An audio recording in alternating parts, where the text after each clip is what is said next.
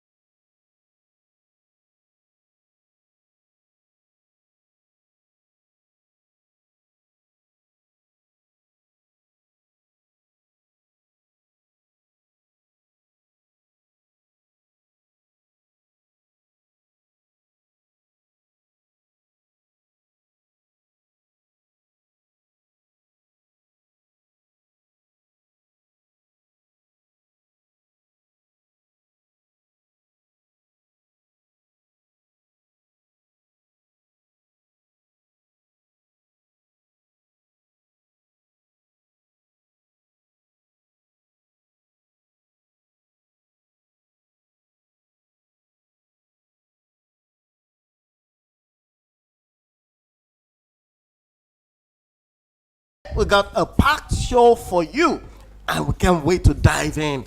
We'll be breaking down Man U, Manchester United, and Chelsea encounter ahead of tomorrow's clash, and digging into what's happening at Chelsea's beyond the match, and then previewing a huge Arsenal versus Man City showdown coming up on the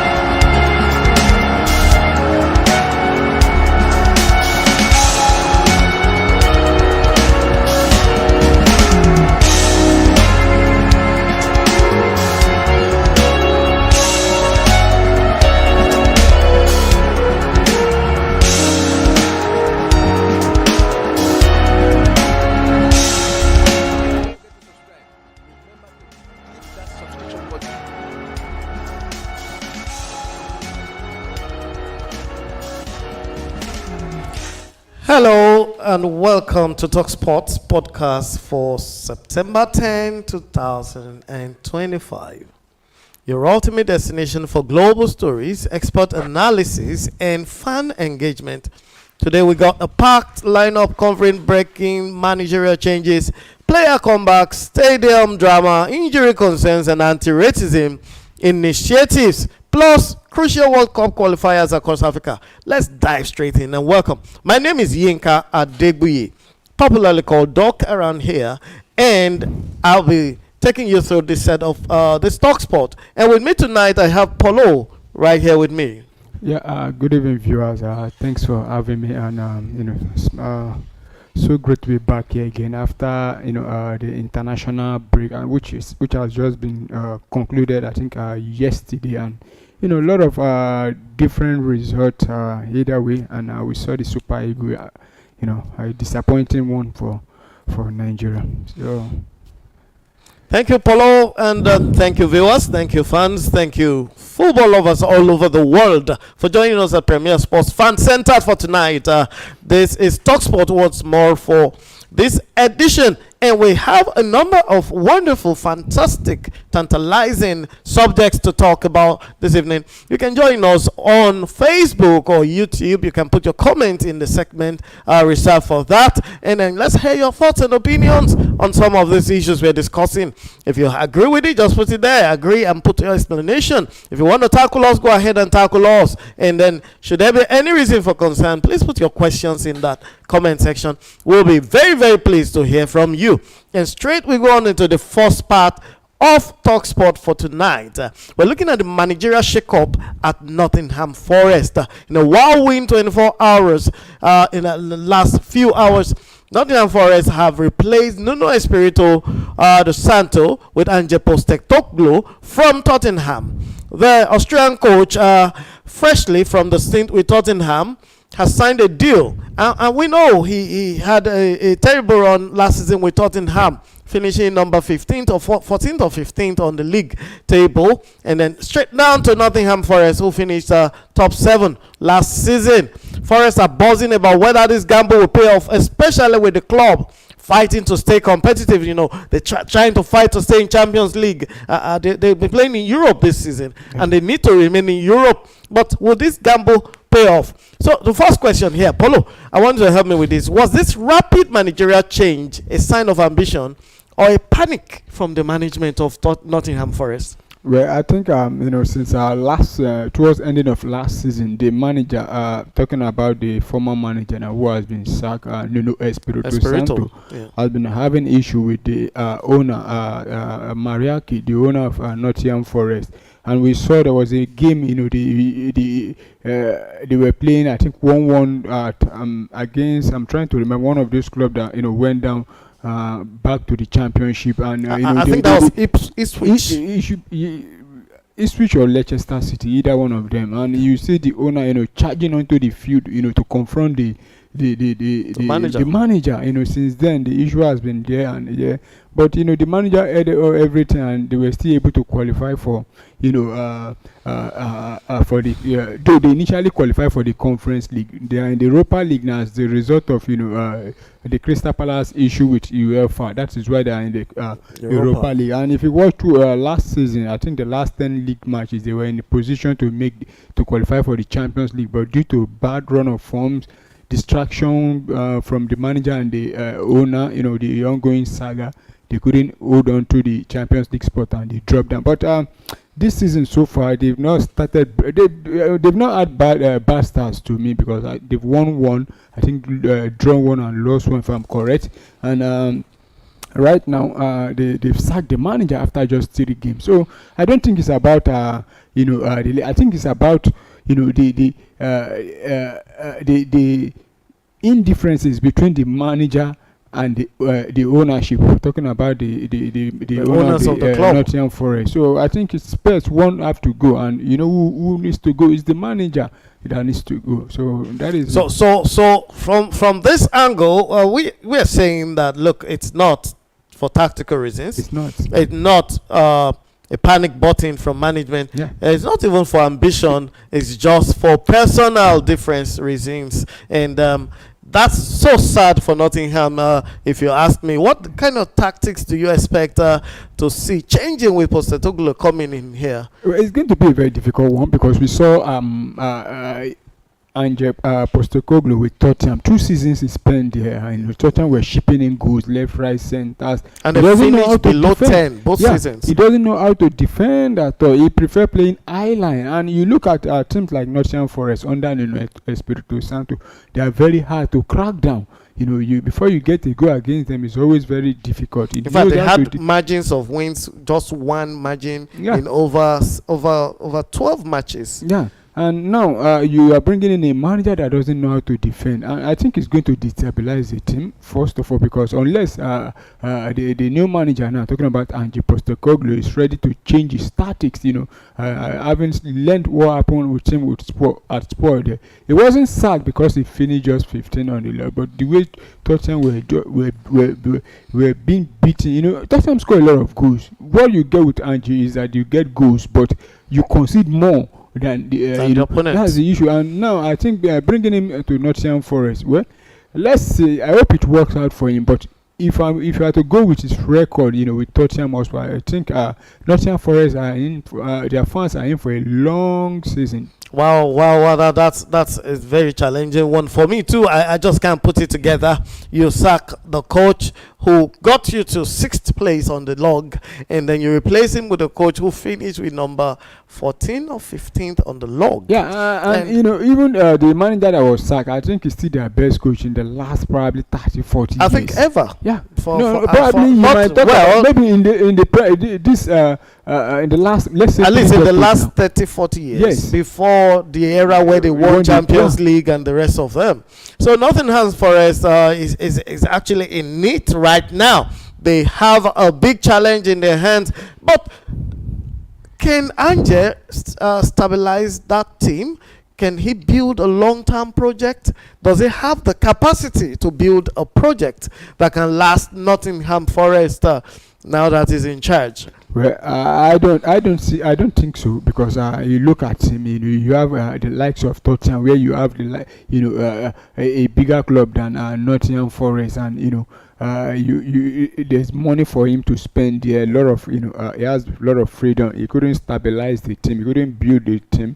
There were a lot of injuries, this and that, and look at the way Spurs were just going down in free fall, and now you are bringing him to Nottingham Forest. Nottingham Forest, that we know that the owner is even more tougher than the owners of Tottenham Hotspur.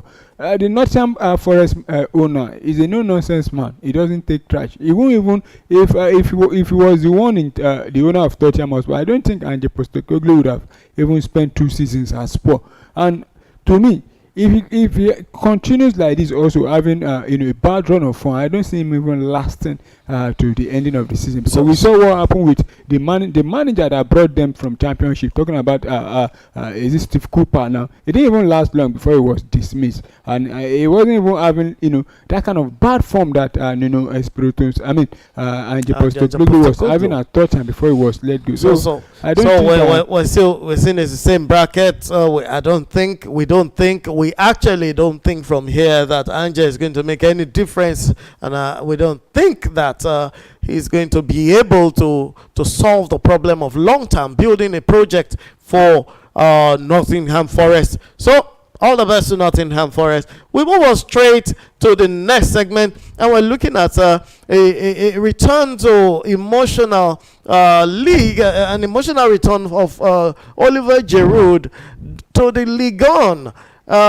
He started from the Ligue 1, found himself all over the place in the Premiership for several years, and then he's back to Ligue 1 now. Oliver Giroud, the French legend, has returned home, signing for Lille and becoming their oldest ever scorer after netting his debut goal in a friendly encounter.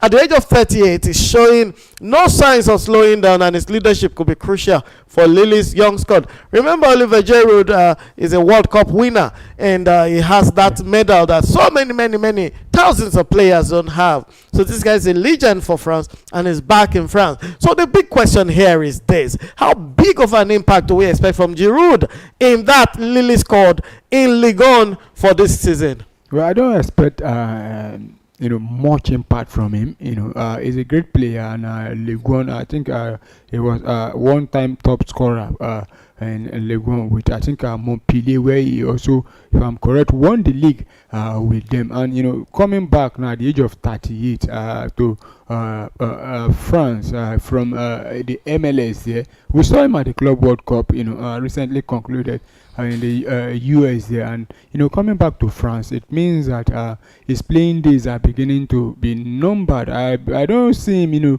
after leaving Lille now, going to any other country. Probably the next move now will be another lower club, or to even retire. But if you ask me, scoring at the age of 38 for Lille, well, it's expected, when as he joined them as a striker, and he's expected to get goals. but it shows one thing that he still has the ability to get those goals. We've seen some strikers that are not even in their 30s, they are still in their 20s, they are struggling to get a goal.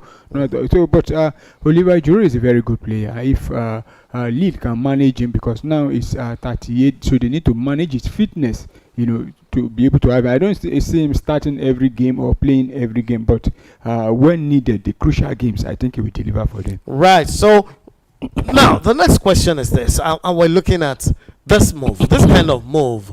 Is this a footballing contribution move or simply a sentimental return to his home ground as a Frenchman? Could it be because he wants to add value to the club and help Lille? A couple of seasons ago, Lille won the league on, and then possibly will he be there to try and push them up again, to encourage the young people, mentor the young strikers, or is this just an emotional return to France? I think it's both.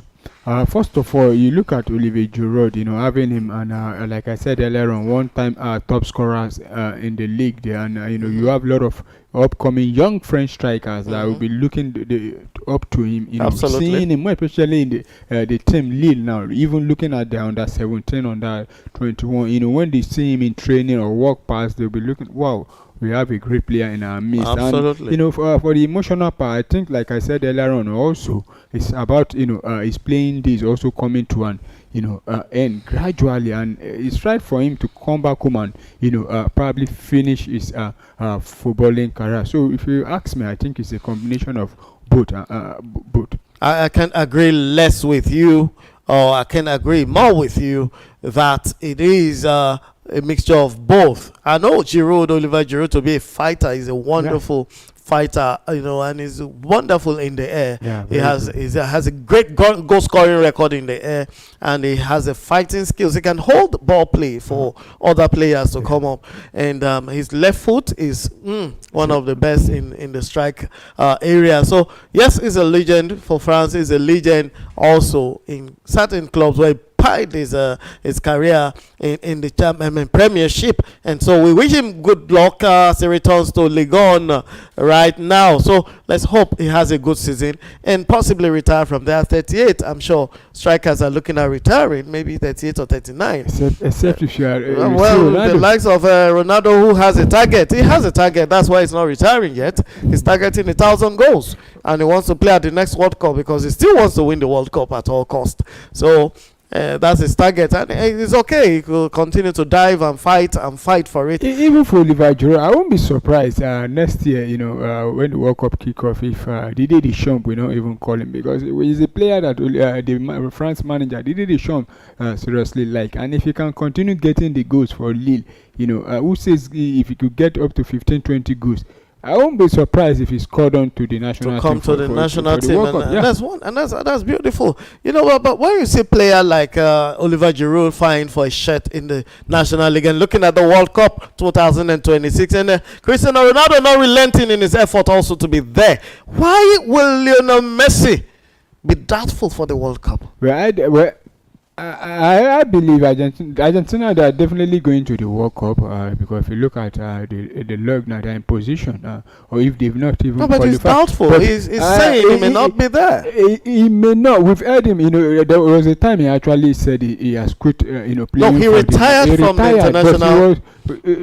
But he came back later. He retired out of frustration. But this time around, he's saying, "Look, I'm not sure I can do this." That's one thing about footballers. There are a lot of players that have said, I'm hanging up the boot, but later on they come back again. When they ask them, you hear things like the national team made the fans want me back. So I won't be surprised, if he comes back, to represent Argentina.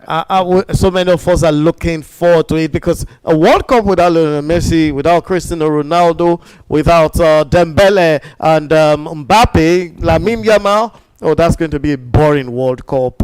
So we'd love to see Messi once more before he finally drops his boot or hangs them somewhere in Rosario. Now we go straight on to the next subject, and we're looking at Camp Nou delays. What's happening in the Catalan city of Barcelona? They have a dilemma right now. The club, Barca returns to Camp Nou, has been delayed due to permit issues. This means they must pay their next La Liga fixture is in Valencia, a very competitive fixture against Valencia at a very tiny stadium, 6,000 capacity. Johan Cruyff, that's supposed to be a reserve team stadium, versus what they used to seat people, 99,977 Camp Nou, and now you have to pack everybody into a 6,000 capacity stadium, which means they're going to make a huge loss, and as well the league is also going to make a loss.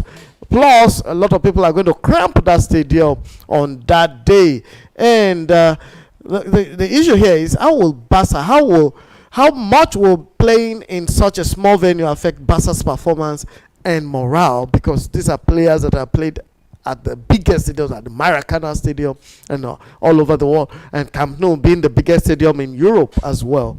Well, I don't think it's going to really affect performance, if you ask me, because both set of players, the Barcelona and the opposition, talking about the Valencia players, will be playing on that pitch. And I think the capacity is just what that is small, which contains 6,000 spectators. But the normal actual size of the pitch is a standard pitch. So I don't. No, but the issue is, what fan support can but do. Even that 6,000 motivation. The Barcelona will still be having the larger number of shares. 5,000 or 5,500 voices versus 90,000 voices. They will still be heard because it's still the same number. The size. It's not that you are having a 90,000 capacity stadium and you are having less than 6,000 supporters. You are having 6,000 supporters in a 6,000 capacity stadium. So whatever noise you still feel it. If you are having maybe 6,000 supporters in a 90,000 capacity stadium, that is where you say, oh, they might not be here because of the way they sound. The space. But now you are having 6,000 in a 6,000 capacity stadium. But the league have tried for Barcelona, talking about La Liga, because they've allowed Barcelona to play their first 3 games away from home, and giving them the at least the time to quickly complete or finish their home stadium. Even as at 4 days ago, Barcelona are not sure if they meet up, but after everything they've confirmed that the stadium will not be available. But I think it's as a result of also the financial issue Barcelona have been facing some time. A point of correction here. I think it's about the license from the local authorities. Well, the stadium is done. That should not be the. But the local authorities who are supposed to give them the certificates have not released the certificate. Well, there's a reason for that, and I will still also link it with the financial issue, because if you ask me, there are a lot of teams that have built stadium recently, and they've moved on. They set date for it, and they move. Barcelona have been on this stadium for a while. Is that throughout last season? Return August, for the first return set of games, but it was not completed in August. But because it wasn't completed, the city refused to give them the license to take in a sizable number of people for reasons of safety. Now they have concluded about a 60,000 capacity segment. The rest is supposed to be developed, but the city is still saying, look, we're still not okay with the security, safety, and health. So it's not about the financial situation per se, because the funds earmarked for developing that stadium has been prepared. The project has been signed and paid. However, the return is basically because they need to return hastily, because Barca has not been making enough money from the smaller stadiums. Last season they used the Olympic Stadium, and now Olympic Stadium is not available for them this season. And then they have to crash into the Johan Cruyff Stadium, which can only take 6,000 people. So how much would they generate from 6,000? So they need to return back to Camp Nou and end their 100,000 capacity so they can make money. So that's why they've been rushing to get back into Camp Nou. Say, look, even if we can't get the whole capacity ready, let's just take the 50 can get ready, and then will safeguard the people.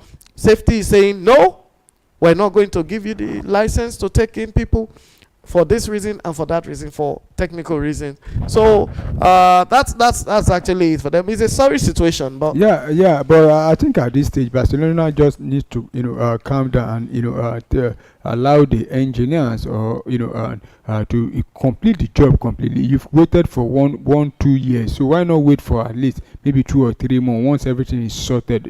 Like you said, the safety is the most important thing, and if the city board are saying no, you've not met up with the standard or requirement for us to be able to approve the opening of this stadium for use, then they should just do the needful, because we won't want a situation whereby we started sending condolence messages to the team. So I think they should just do the needful, because the atmosphere when the players are playing at the field, the way the fans are away, then you can still use that game. At least I know I believe before the ending of this year, in less than 2-3 months, everything will be sorted. The whole stadium, not even part again. So they should just take their time. Okay, so just as a second note, we talked about this in passing, but could this reignite debates about Barca's financial decisions? And the long-term stadium project? Could this also be a managerial issue from your own, very briefly? Well, I don't think it has anything to do with the managerial issue. I think Barcelona planning to extend the stadium has been coming. They've had that in a long while, even right from the days of Xavi Hernandez as the manager, even the manager before. But if you ask me, I think it's also about the money. They want to generate more money and also be able to compete with their rival, which is Real Madrid. We know Real Madrid. They recently also renovated. Renovated. This is like 77,000 or something. So Barcelona also want to match, at least set a bigger record. These days now, football is everything is it's about all about competition now. showbiz. It's all about so that's who gets it first. So it's about competing with your rival. Don't let your rival to intimidate you. Right, so you hear that, viewers, you hear that, fans. Please join us, so put your comments in the comment section on our YouTube page or the Facebook page, Premier Sports Fan Center. That is where you should be. Put a mark on it, subscribe, and join us so that you can get updates and you can be with us. And straight we go into Manchester City's injury crisis. Manchester City. Last season it was their strong man in the midfield, Rodri, who actually put them off balance for so long. And now, bad news for City fans. Omar Mamrouche has been ruled out of the Man City derby with a knee ligament bruise.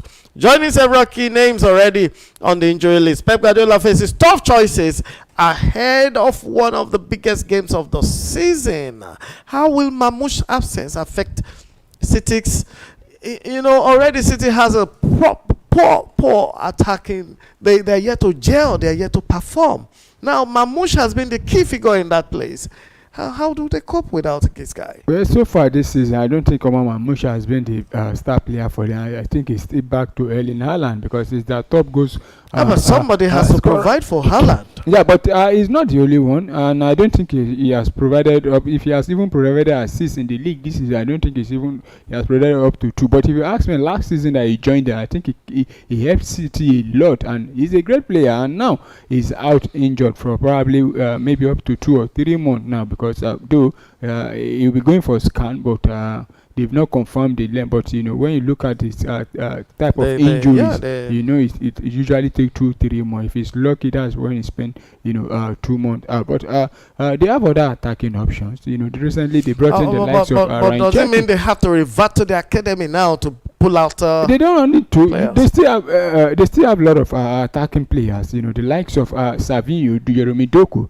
They are all still there. There's Bernardo Silva. There's Ryan Cherki they just brought in. Rodri is back now, and I don't think Omar Mamrouche should be the reason why they will be playing poorly or not. Even with him, we saw how Tottenham demolished them about a week or 2 ago. So I don't think Omar Mamrouche will be a big loss. If they had lost Erling Haaland, that would have been a big loss. We saw how they lost, what's his name, Rodri, and the whole team felt it. But I don't think the absence of Omar Mamouche will be a big loss for Manchester City. But I'm not taking anything away from him. He has been very fantastic since he joined Manchester City. But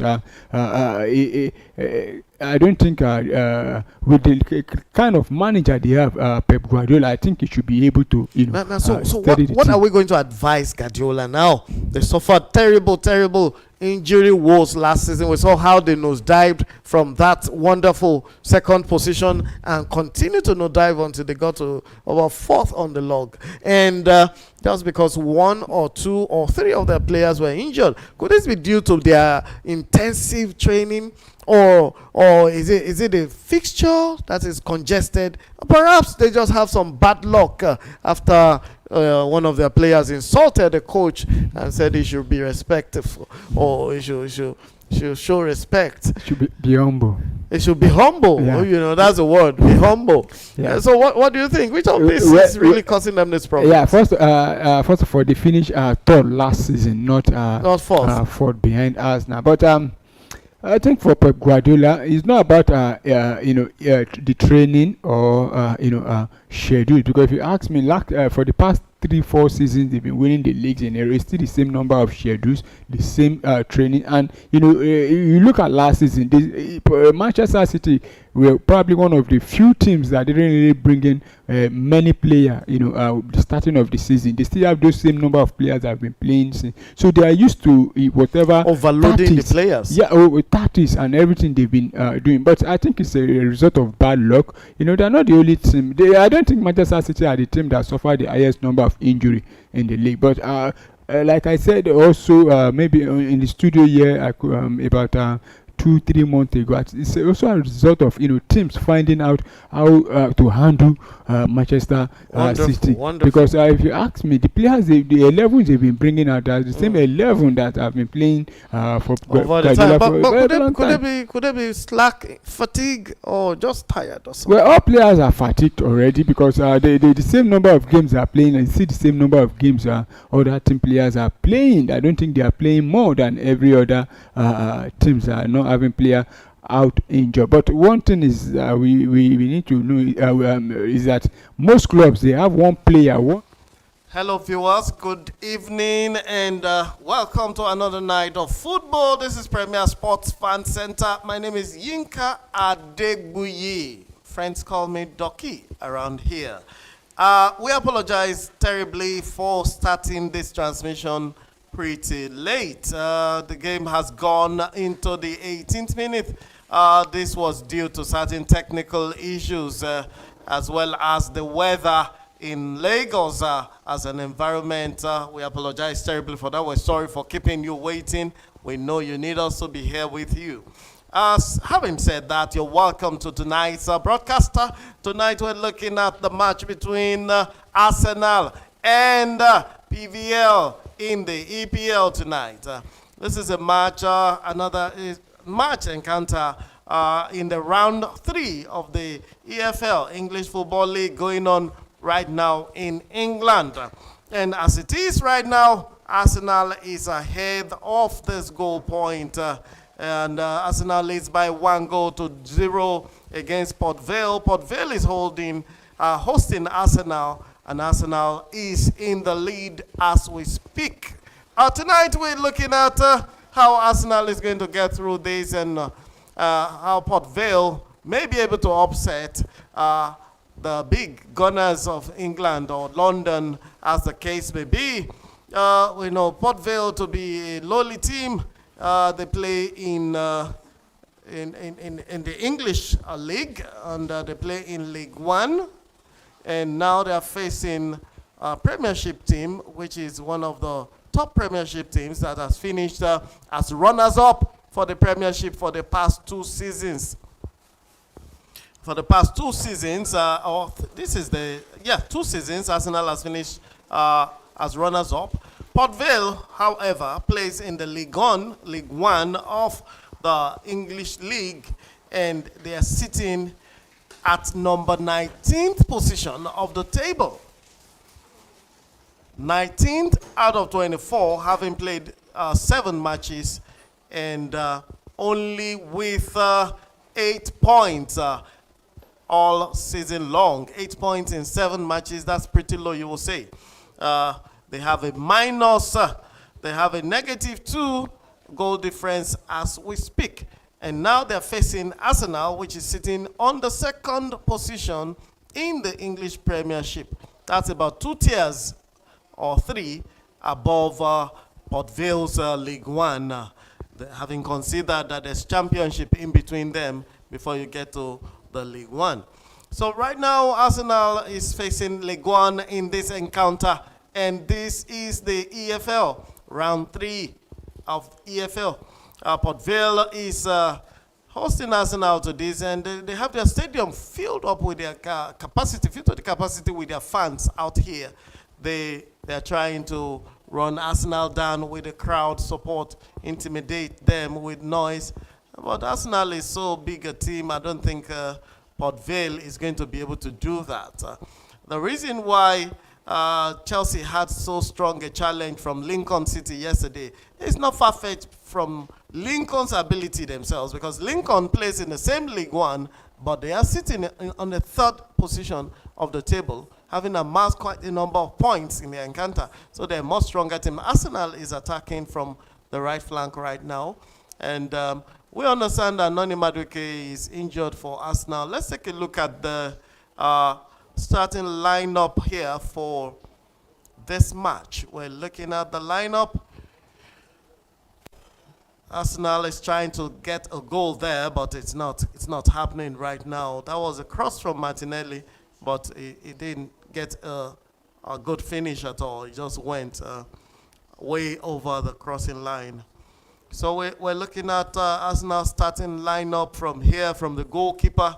The backup keeper for Arsenal is in goal today. That is Kepa Arrizabalaga, who is playing his thing also for Spain. He's about the 3rd goalkeeper for Spain. And then right in front of Kepa, we have Ben White, William Saliba, Mosquera, and Lewis Kelly. These are the backline for Arsenal for tonight's game. Right in front of them in the midfield, we have Christian Nogard, as well as Eberechese, with Ethan Nwaneri holding the center. So you have all those 3 people in the midfield forming the triangle of the midfield for Arsenal. Ethan Nwaneri, Christian Nogard, as well as Eberechese. Eberechese, however, has scored the only goal in this match. Is the only difference in the scoreboard so far. So we also have Bukayo Saka starting here tonight, and Mikel Merino in the first 9 position, as well as Gabriel Martinelli completing the front line for Arsenal. And the game is on. The game is going on right now in the 24th minute. Right now in England at Port Vale. The game is dominated by Arsenal. But let's take a look at what Port Vale has put up as their starting lineup. For Port Vale in goal, you have Joe Gawushi. Joe Gawushi is in goal. And right in front of them, they're starting a 3 central back defense. Jose Debra, Cameron Humphreys, and Connor Hall. In the back line, central defense for Port Vale.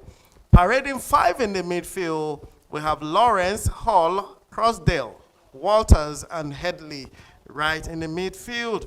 And finishing the squad and topping the attack are Ronan Curtis, and Rory Patson. Both of them playing in top. So Port Vale is actually playing 3-5-2 formation against Arsenal's traditional 4-3-3. Right now, we want to take a look at the statistics. Let's just look at what's been going on in the last 25 minutes of this game.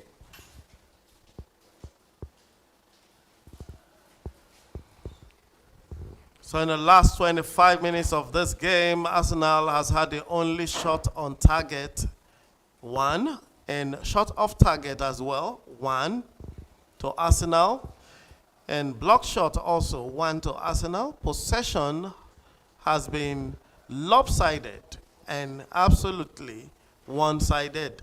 Possession has been 86% to Arsenal Football Club of London, while Port Vale has only enjoyed 14% of the possession. Uh, Corner kicks have been 2 for Arsenal and 0 for Port Vale. We also have 1 foul against Arsenal and 3 fouls against Port Vale in this encounter so far. Throw-ins have been 2 for Arsenal, 6 for Port Vale, while crosses have just been 1 for Arsenal and none for Port Vale. Goal kicks have been 1 for Arsenal and 2 for Port Vale. So you can actually tell from the statistics that the match has been played in the midfield mostly. Port Vale will try to attack, but the player was in an offside position there.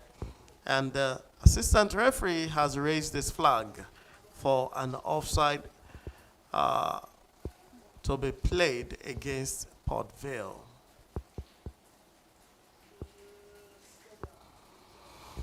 So this is a watch-along show from Premier Sports Fan Center.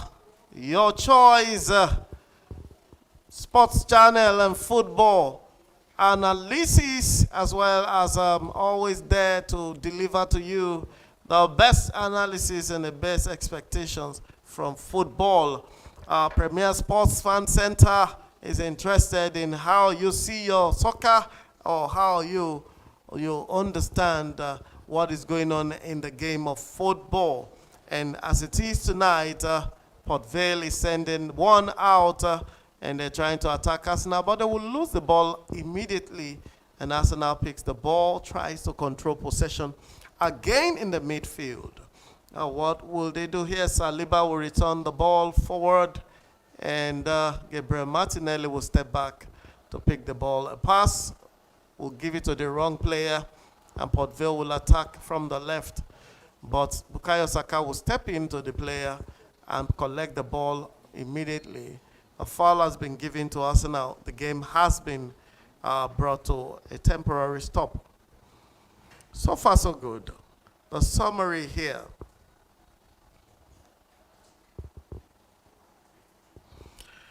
So far, Arsenal are comfortably on top after Eze struck early, finishing off a move set off by Lewis Kelly. The stats tell the story. Arsenal dominate possession with 86%, while Port Vale have barely had a look in. Oh my God. Registering 0 shots and no attacking threat so far, Arsenal have managed 3 shots with 1 on target. It's all one-way traffic right now, with Arsenal dictating the game and keeping Port Vale pinned back in their defense position. This is the kind of game you don't want to be playing in white and black right now. And you don't want to be a supporter or a fan of the white and black boys, which is Port Vale right now. They're actually on the back foot. They are oppressed by Arsenal. They are being punished. The ball is just in the hands of Arsenal. 86% possession. And that is huge, if you ask me. But in football, we know there is hope. We know football can be football. Football can be tricky. Football can be upsetting. Football can take any dimension at any point in time.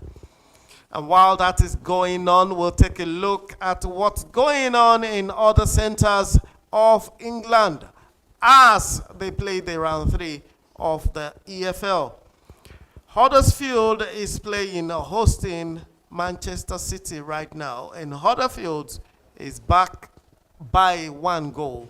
City 1, Huddersfield 0. And on the score sheet for City is the young man Foden. Foden put 1 in for City at the 18th minute of the game, and Huddersfield are still no answer for that. City are in total control of that game, approaching halftime and leading 1-0. And after that beautiful finishing off by Foden, that was a pass set up by Mukasa. And you can continue, you can follow up on that as we go on. So the goal line there for Manchester City versus Huddersfield is 0-1 in favor of City. We'll also take a look at what's happening at the Cottage of Newcastle. And Newcastle leads by 2-0 right now. Bradford City is on the back foot here. Newcastle 2, Bradford City 0. Jolinton put the Baggies on the point by getting a goal at the 17th minute, while Osula will double the lead at the 19th minute for Newcastle. So that goal line is reading 2-0 against Bradford City and in favor of Newcastle. Newcastle are cruising at the break. They're really cruising. The game is just at the nick of the break right now. And Newcastle is cruising right now after the Bradford's quick fire goals from Jolinton and Osula. So right now the game is still 2-0 and they're just about going into halftime. The game has crossed the 45th minute and Eberechi Eze is attacking from here for Arsenal, but he will lose the ball to Port Vale. Midfielders who will step in, and Port Vale has turned defense into attack right now. They're coming forward and attacking Arsenal's position. And what do? They're keeping the ball in the midfield and trying to build another attack from the back. And Arsenal will regroup to try and defend this. So while they're doing that, let me take more results and more scoreline live as they're going on in all the centers of the EFL. Tottenham Hotspur is leading by 2-0 against Doncaster Rovers. Doncaster Rovers is visiting the Tottenham Hotspur at the White Hart Lane, and they are not finding it funny right here. They are on the back 0-2 against Tottenham.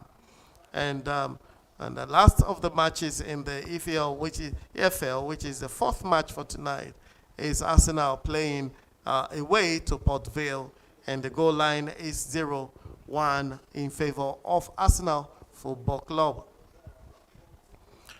So we get back to this game right now, and it's so great to have Bukayo Saka back on the field.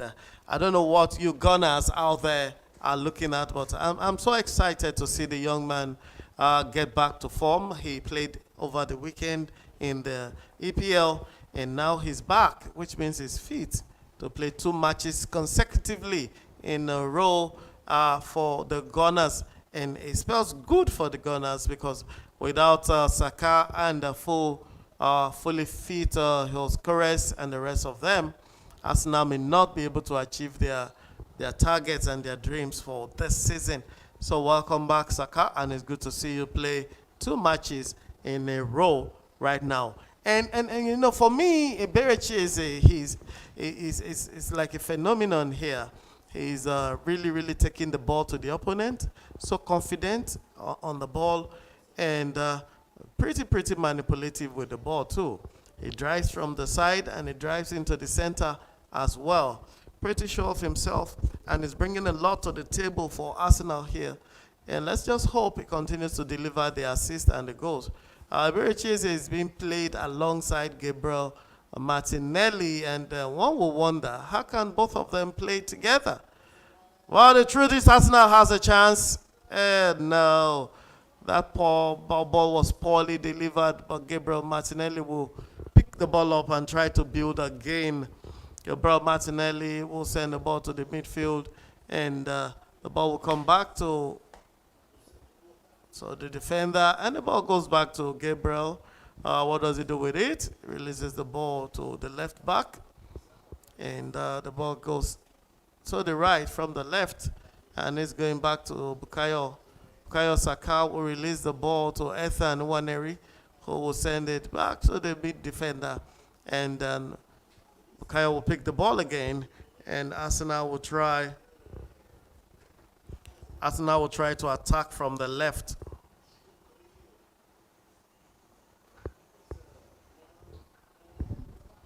Arsenal has a chance, but that was not utilized. Nothing came out of that. The goalkeeper for for Port Vale will pick that up so easily. So the game is still on now at the 35th minute. Arsenal is attacking. Bukayo Saka has a chance to take a shot, but that was well read by the defender. And a cross will come in, and that was also well read by the defender, who will take a longish header. And Bukayo Saka will pick the ball again. And what does he do? He sends it forcefully to the Port Vale player. And the ball still gets to Gabriel Martinelli, who will take a run into the 18. Arsenal tries to nod, but no. Port Vale will say no. They'll clear the ball off, and it goes into touch for a throw-in against Port Vale for Arsenal at a very dangerous position in Port Vale's area. That was a smasher from the defender. The defender will send that ball wild.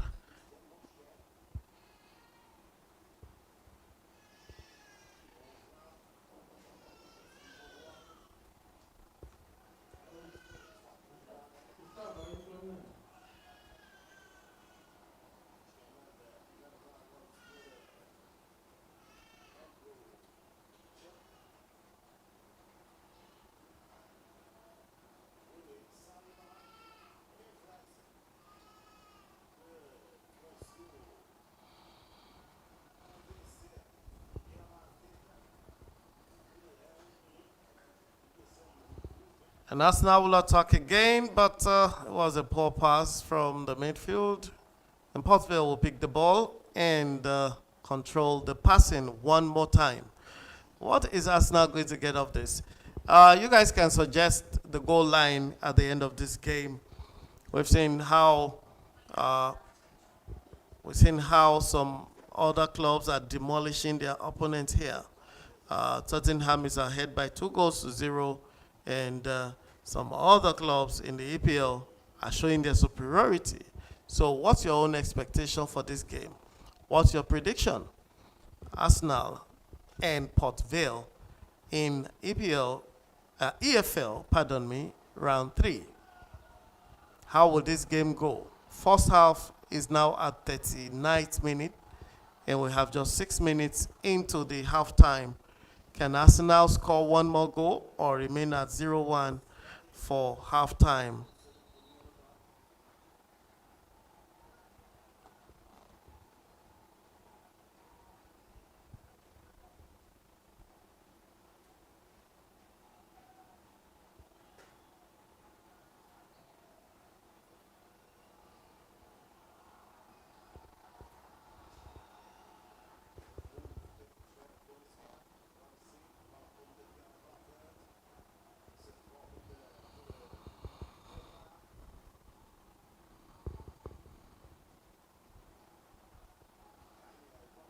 Port Vale has a chance here to attack, but defended by Arsenal.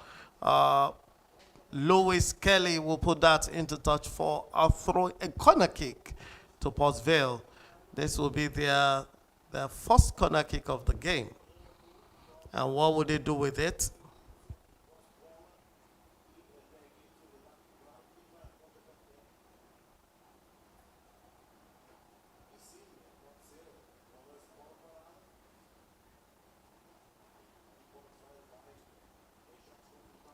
Port Vale will stand to take the corner kick, take a quick one and a header. And a shot. Oh no, but the ball has been taken out of a dangerous position. And Martinelli will contend the ball, loses possession. And Port Vale will take a cross again into the 18-yard of Arsenal. And Arsenal will they will defend fiercely and desperately for this. And Port Vale will be in charge again.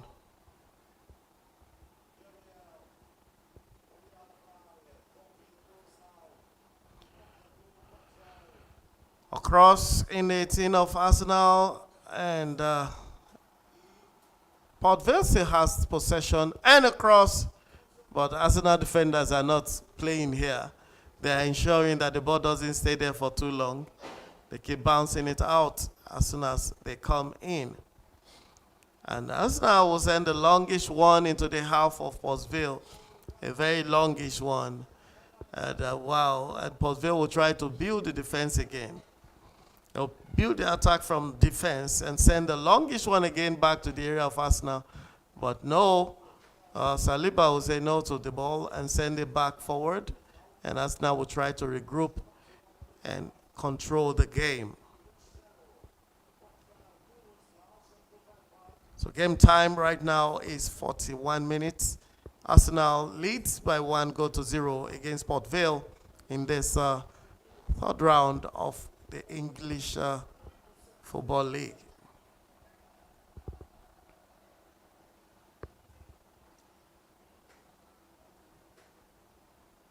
So viewers, we expect to see your comments on our YouTube page, Premier Sports Fan Center.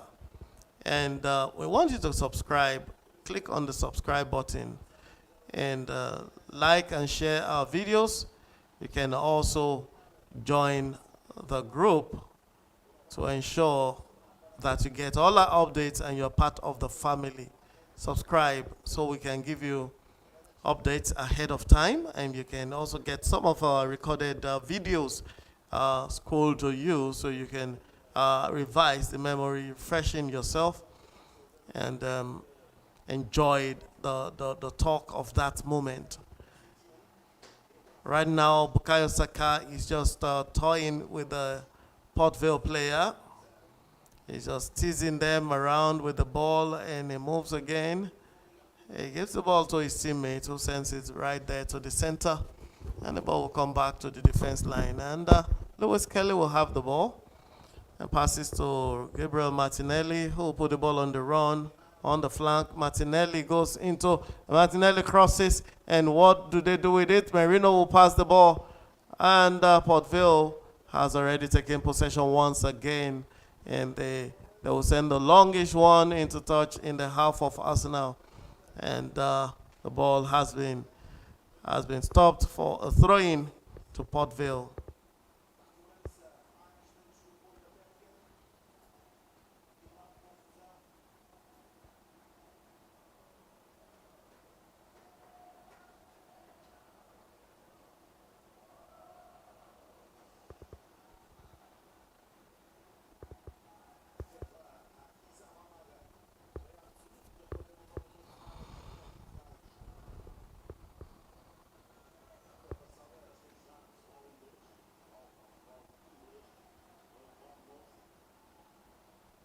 Arsenal will attack again from the right. Bukayo Saka teasing his opponent right there. He's toying with them. He moves into the dangerous area. He passes the ball. And one area, what does he do with the ball? He tries to cross. And no, they lose possession once again. But they will once again regain possession. And Arsenal will build the attack again and try to get in under the skin of Port Vale. How will they do this? Because Port Vale is not leaving any of their ranks open. They are blocking all corners. Gabriel Martinelli will make an attempt to do a trickish one into the penalty box of Port Vale, but the referee has given a free kick to Port Vale from a tackle, a wrong tackle from the back by Gabriel Martinelli. So far, so good. Gabriel Martinelli has not done badly in this game. He has been impressive, although we're yet to see him perform the wonders that he did in the last set of EPL games that he played for Arsenal. But we still have time to see what he can do. We're now at the 45th minute of the game. The only goal so far has been scored by Berichi Eze. And Port Vale is yet to score or record any goal. And looking at the updates from the other centers in the EPL, Huddersfield Man City ended the first half 0-1 in favor of City. Newcastle led the first half against Bradford City by 2-0. And Tottenham Hotspur also led Doncaster Rovers 2-0 in the first half. And now those games are in halftime period. Arsenal is now at the 46th minute of the game, and they're now enjoying injury time of the first half. Arsenal still leads the goal line by 1-0. In other leagues, we'll have Eredivisie. Eredivisie is the league of the Netherlands, otherwise called Holland, the land of milk. And in the Eredivisie, we have AZ Alkmaar playing 2-2 against PZ Zwolle. AZ Alkmaar is 2-2 with PEC Zwolle in that league. And looking at the table of the Eredivisie, AZ Alkmaar is on the 4th of the log, even with the draw they're recording. Should AZ Alkmaar get one more goal and get 2 points added, they will move straight to the second position over PSV Eindhoven and right below Feyenoord. But PZ Zwolle is on the 12th position on that log right now, with their 1 point being shared. It's the 89th minute of the game for them right there in Netherlands. The game between Arsenal and Port Vale has been brought to a half-time period, and the referee has given them time to take a little break. 15 minutes will be the allotted time for them to have a team talk with the managers and the players, and then take some air before resuming for the second half of the game. Also looking at some other encounters. The league happening in Turkey, the Super League of Turkey, has finished. The only match for today played between Kayserispor and Beşiktaş, with Beşiktaş winning by 4 whooping goals to 0. Beşiktaş scored 4 against Kayserispor in the Turkey League, which is a match that has been concluded. Also looking at Copa Sudamericans. Let's go a little bit to South America. Copa Sudamericans quarterfinals. Fluminense has played 1-1 with Lanús, and Lanús will go through the quarterfinals with a goal aggregate of 2-1, having got an advantage in the first leg. So Fluminense is out of the Suda Copa Americana right now for this season. Also, Atletico MG played, they're going to start their own match very soon, but they played a 2-2 draw with Bolivia in their first encounter. So the second encounter will begin by 11 p.m. West African time. You may join or check out the results of that match later. Remember, we're running this together. Please send in your comments, send in your engagement on our YouTube page. Put in your comments there. Let's see what you think. Let's fuel you as we run these commentaries. Talk about the Arsenal match against Port Vale. What's your expectation for this game? Can Arsenal distinctively win this match? Can they convincingly tell us that they are super boys, or they're going to just crawl out like Chelsea did yesterday against Lincoln City? Let's find out. Let's get your opinion on that. Make a prediction. Just take a risk, you know. You won't lose much for trying. Just a little data for that. And in other leagues, as I said earlier, Belgium. We go straight to Belgium right now. The Belgian Pro League had a match. The match started about 60 minutes ago, and the match is now at the hour mark with Club Brugge playing against Westerlo. Club Brugge leads by 3-2. The game is already a 5-goal cracker at the hour mark, and that's remarkable. I'm sure the fans are having so much fun out there in the Belgian Pro League. 3-2 in favor of Club Brugge right now against Westerlo. And coming back to Africa. Africa, my Africa. Oh, let's take a look at the CAF Champions League happening in Africa. Today, a match was played in Abidjan. Stade d'Abidjan hosted Kodor FC, and the match ended 3-1 in favor of Stade d'Abidjan.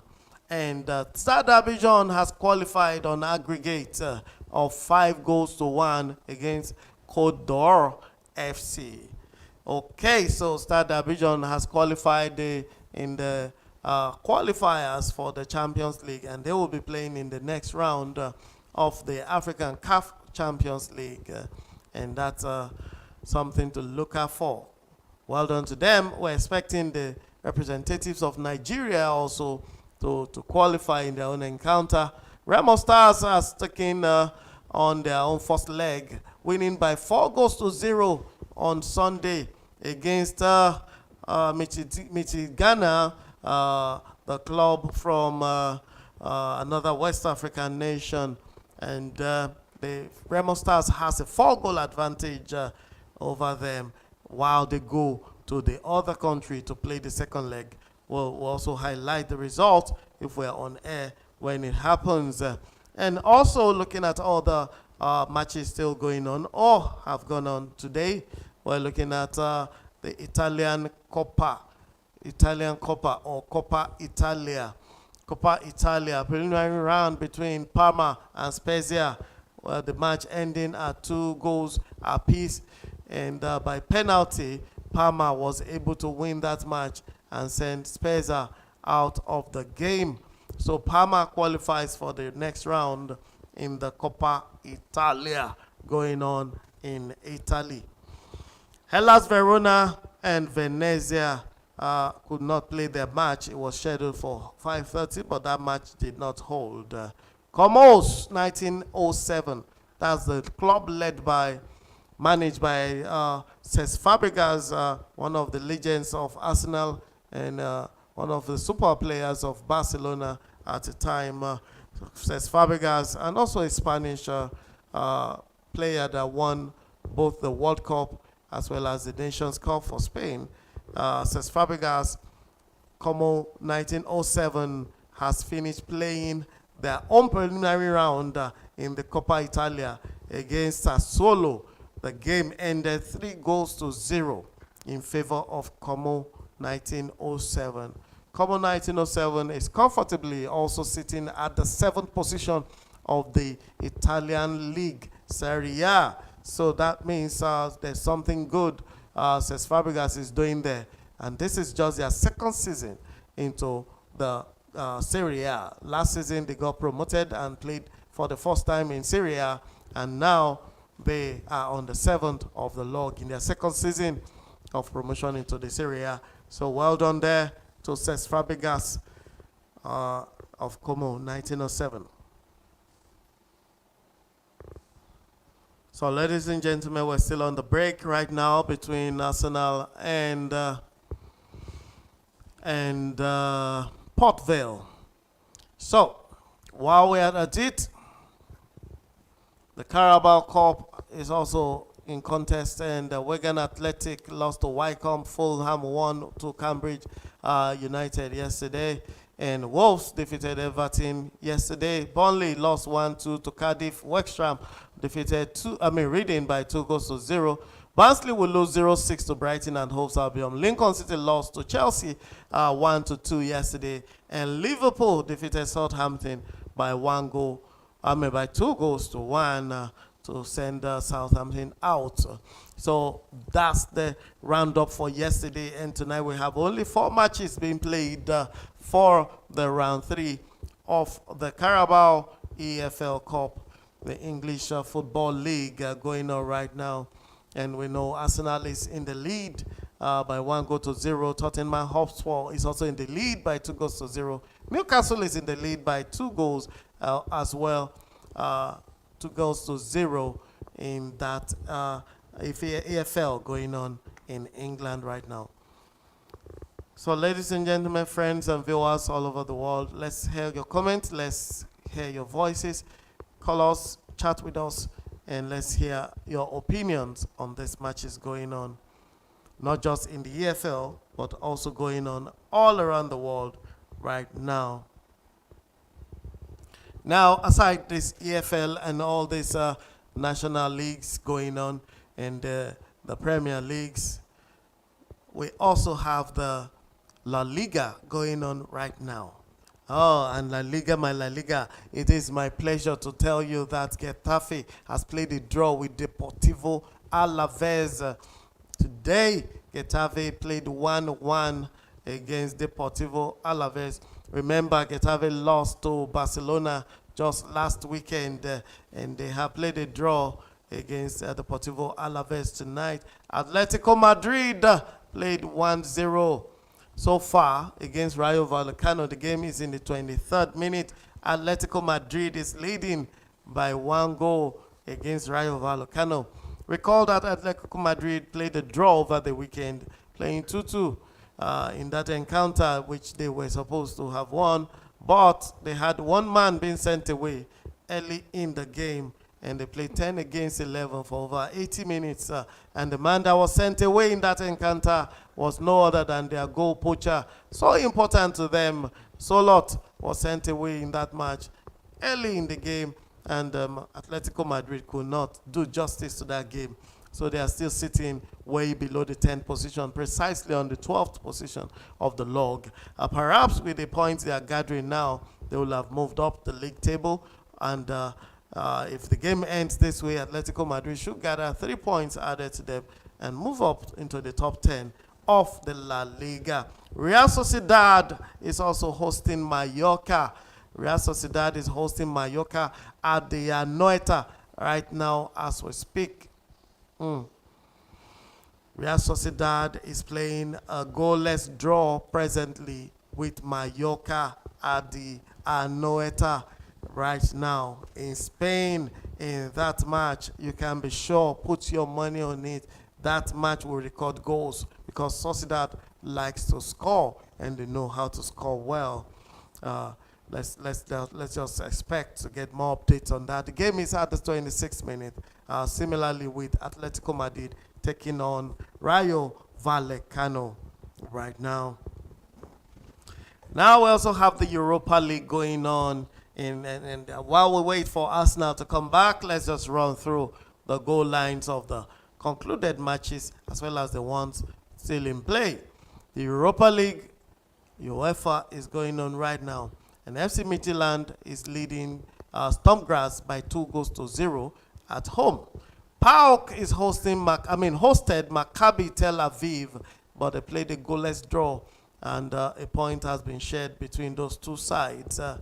Midtjylland got all the 3 points against Stormgrass. And Dynamo Zagreb is hosting Fenerbahce of Turkey. Dynamo Zagreb, we know it plays in Russia, or Croatia, pardon me, and they are playing a draw at halftime. The match is at halftime right now, and Dynamo Zagreb has a goal apiece with Fenerbahce. FC Sedna Zedra of Hungary is also hosting Celtic. Sedna Zedra is 0-0 with Celtic at halftime. Celtic plays in Scotland for your information. And Freiburg is right here hosting Basel, and the goal line is 1-0. Freiburg is from Germany, while Basel should be from Belgium or so. I'm not very certain of that. You may confirm that. Thank you. Malmo FF is playing 0-2 to Ludogorets Razgrad. Malmo 0, Ludogorets Razgrad 2. And Nice of France is hosting AS Roma of Italy, and the goal line remains 0-0 at halftime. And the Real Betis of Spain is hosting Nottingham Forest. Nottingham Forest is leading Real Betis by 2-1 at halftime right there in the city of Betis in Spain. SC Braga is playing a draw with Feyenoord 0-0 as we speak at halftime. SC Braga 0, Feyenoord 0. And that's actually the update from the Europa League going on right now in Europe. Recall that the winner of the last Europa League is Tottenham Football Club. Tottenham Hotspur edged out Manchester United at the last Europa contest for last season, edging United out and then winning the league, and which qualified Tottenham Hotspur to play in the Champions League, while United is still looking for where to play in Europe. Let's also recall that Chelsea won the Conference League, which is a tier below the Europa League for last season. And Chelsea won that league for the Europa Conference League. Wow. Tottenham Hotspur, also of the same league, won the Europa Cup, while the main Champions League was won by PSG of France. Paris Saint-Germain will pick that Champions League for the first time in their history. First time in their 70 years history, they will pick that trophy, Champions League. And congratulations to them. And that Champions League will continue next week. Let's look forward to Champions League as it resumes next week. So the game between Arsenal and Port Vale, which is a focal match, is on again. The halftime is over and players are marching in. An update from Belgium. Club Brugge is now back on the foot, while Westerlo is in the lead by 4-3. Westerlo is leading Club Brugge, who is playing at home, by 4-3 at the 71st minute. Right now, the game is a thrilling cracker right here. 7 goals already in that match, and that's the match to watch. It's unlike what Arsenal is doing here with their playmates. They just seem to be dancing around the midfield, not really pinpointing where to put the ball. Port Vale 0, Arsenal 1. The game restarts right now.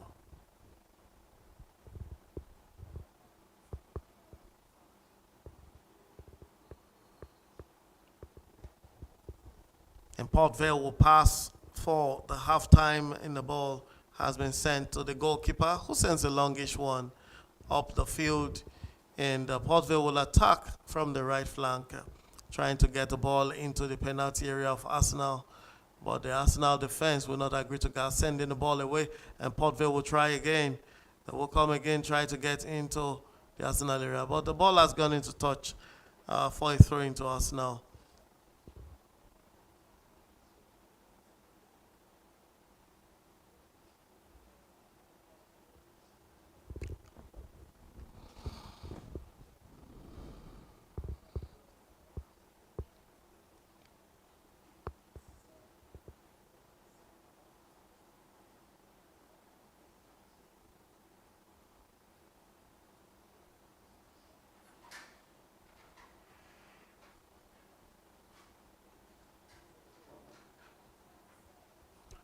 So far, so good. We're still in the game between Port Vale and Arsenal. The game time is now 47 minutes. And you can see Arteta on the touchline, not comfortable to take his seat anymore. He decided to step up because it doesn't look like his boys want to win this game. 1 goal margin is no good margin. It's actually a margin that gives the coach a heartache, and the coach actually needs to be up, because should Port Vale equalize at this point in time, the game may just go into extra time or penalties, and Arsenal doesn't want that to happen. And Arsenal will need to step up, and that's why you see Arteta standing up there. Arteta, Mikel Arteta, that is Arsenal, and he's right there on his feet, shouting instructions to his boys and looking at how to break the defense of Port Vale.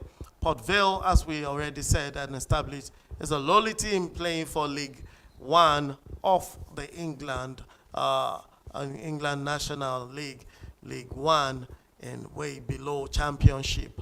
And the Port Vale is not even in the top 10 of that League One. They are in the 19th position out of 24 teams represented in that League One. And so they are a minion in terms of strength compared to Arsenal. But they have a chance to shoot at the goalkeeper of Arsenal right now. But they bundled that chance, and Arsenal will take a longish one. And a chance comes right here. But no, Martinelli could not beat the goalkeeper, who steps out of his position, step out of his 18-yard, and steps way out of his goal area to stop Martinelli from going ahead with decisions there. The goalkeeper sent the ball back into the midfield, and Arsenal will repick and regroup from the back. They will launch an attack. from the back with Saliba controlling the defense and trying to move the ball forward. Mosquera is dancing around the ball as we speak, and they will send the ball to midfield. Now will try to rebuild from the flanks, and the ball will come forward to Saka Bukayo. What does he do?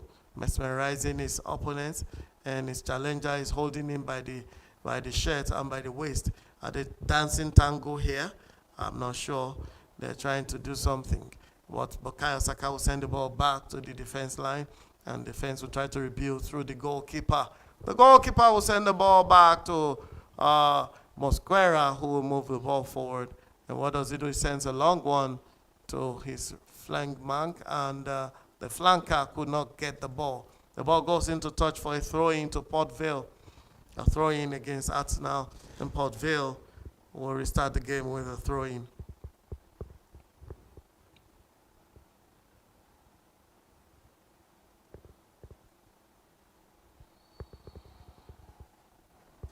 Okay, so Gabriel Martinelli is looking frustrated here. He's actually not happy with where things are going.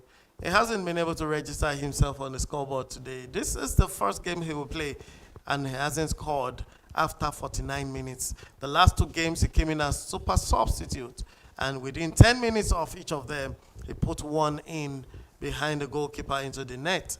However, today he's been on the field for 50 minutes, and he hasn't put one in the net. He is frustrated, and you can see that on his face. Gabriel Martinelli seems to be addicted to scoring right now, and we expect him to do that before the coach will pull him off for this encounter. The game time now is at the 50th minute, and Arsenal will pick the pieces from an attack made by Port Vale. Port Vale is not giving up on this. They're still pushing the ball towards Arsenal. Game possession seems to be changing very, very rapidly, and I'll update you with the present possession status shortly. But Arsenal will send the longest one back to their goalkeeper, and the player is on the floor, and no, that's a wrong player to be on the floor. This is a disaster looming and brewing. If this player is injured brutally, that will be a disaster for the campaign of Arsenal. Bukayo Saka has just been tackled and stepped on by the studs of the defender of Port Vale. It looks to me like it's a step on his ankle or his foot. Let's hope he hasn't broken any foot or any bone, or he hasn't sustained any major injury that will warrant him getting off. But he's still on the floor. Bukayo is still reaching on the floor. The players will pick him up, and he agrees to stand up. He's still limping and still worried whether to continue the game or to step aside. He's not sure he can continue. Arteta is worried right now. He's talking to his coaching crew. Arteta is seriously worried here, and he thinks, should we pull him off? We can't lose him in this kind of game. This is too small a game to be losing a major player like Bukayo Saka. So Arteta has sent some players to be warming up, and one of them is a young lad, the 16-year-old winger who is on the touchline warming up. Perhaps he will replace Bukayo Saka at the hour mark. We're yet to know, but he's warming up, and the coaches are looking in that direction. Meanwhile, play has resumed, and Arsenal will pass from the back. They'll try to build an attack from the defense. The goalkeeper has the ball. He wants to send it forward. And in goal today, let's be reminded, it is not David Raya for Arsenal. In goal today is Kepa Arrizabalaga of Spain also. So the two goalkeepers of Spain, the first and the third keeper of Spain, are right here in the Gunners Club. Arsenal Football Club controlling the game again. They are passing, moving the ball around, player to player, right in front of the goal mouth. And Mosquera will advance with a pass that is always too long, always too heavy for White to catch. Ben White could not catch those passes from Saliba. That was Saliba, not Mosquera.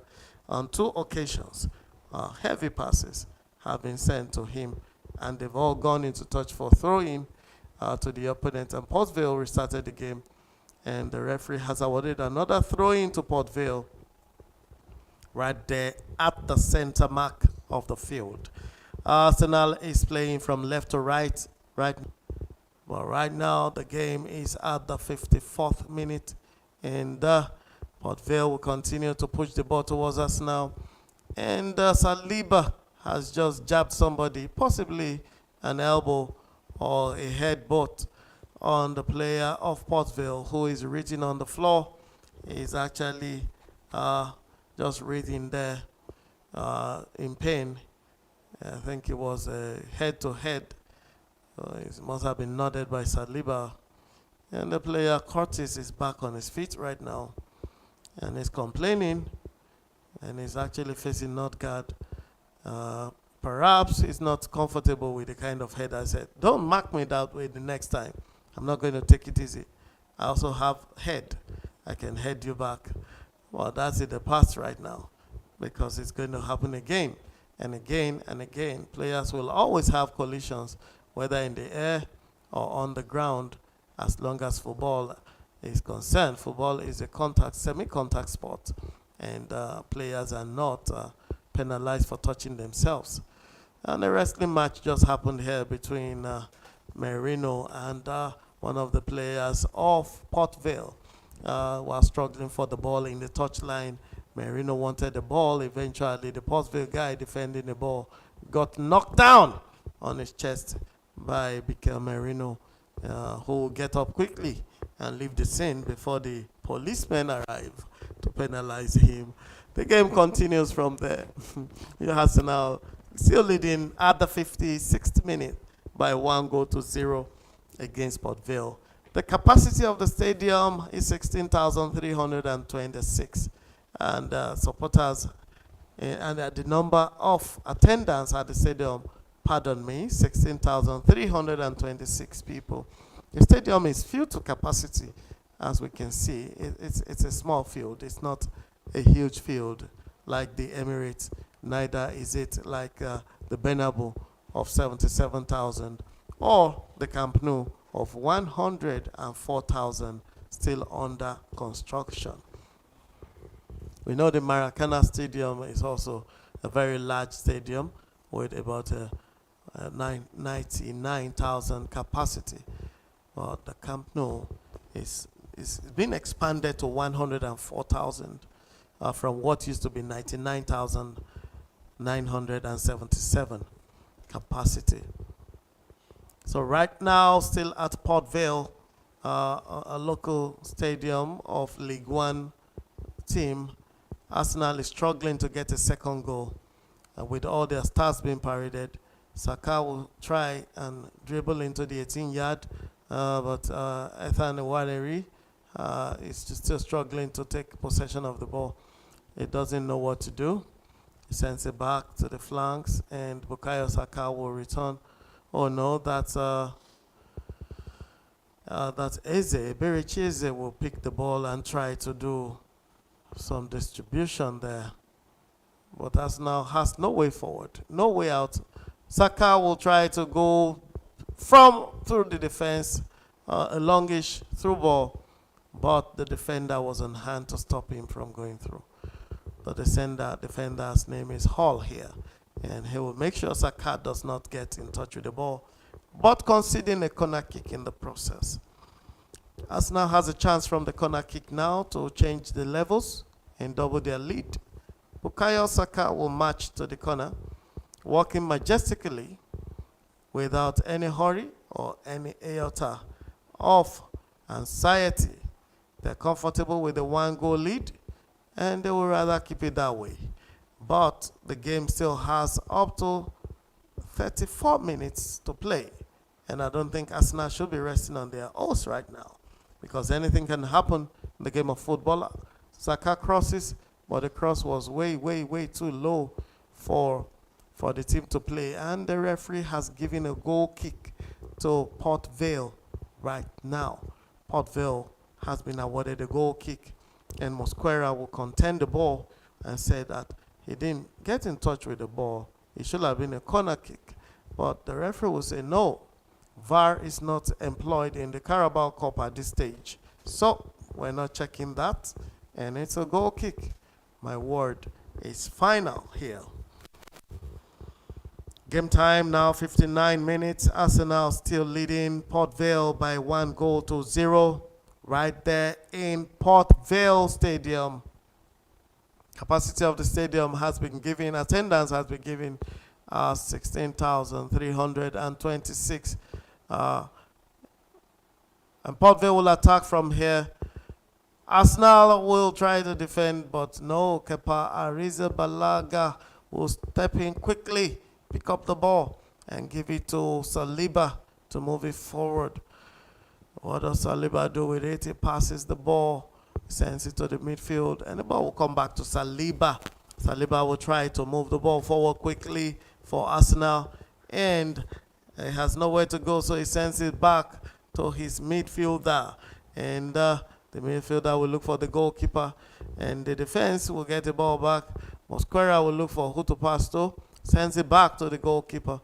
The goalkeeper will look down and give the ball to Saliba once more, who is playing from the right side of the defense.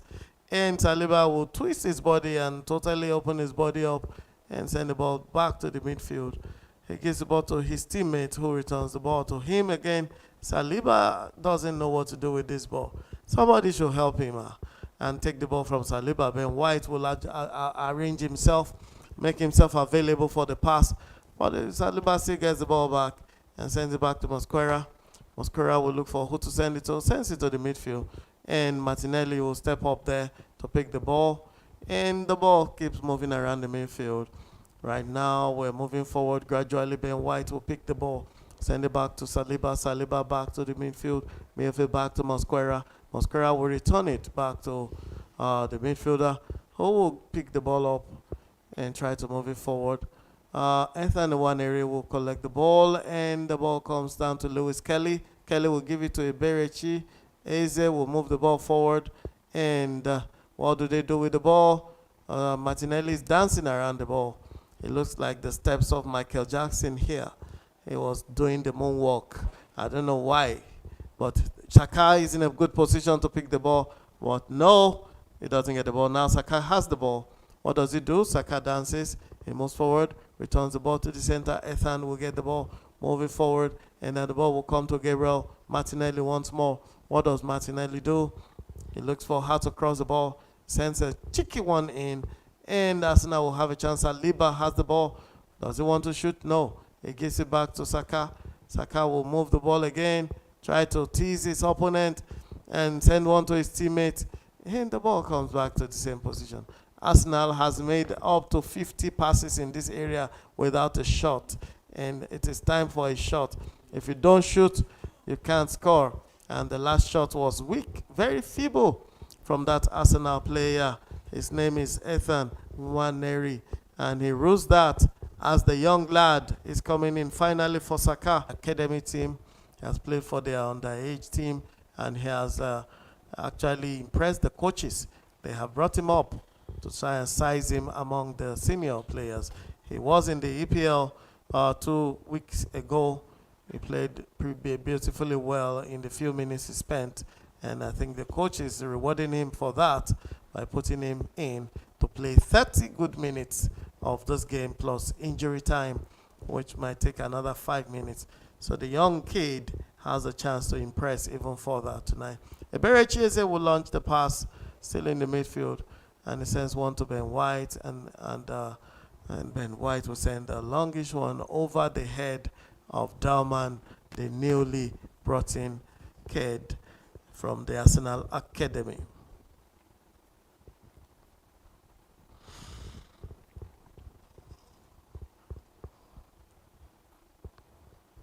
Viewers and fans out there, I hope you are enjoying this game. Remember, this is Premier Sports Fan Center Watch Along show, and we're trying to give you up-to-date information and live commentaries on the match going on in the English Football League, otherwise tagged the Carabao Cup, between Port Vale and Arsenal Football Club of London.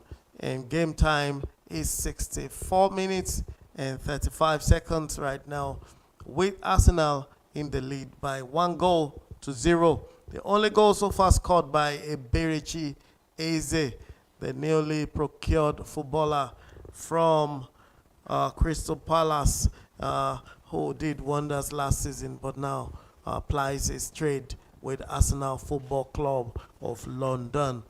So right now, Vale is making some changes. They are taking some players out and replacing them with some fresher legs.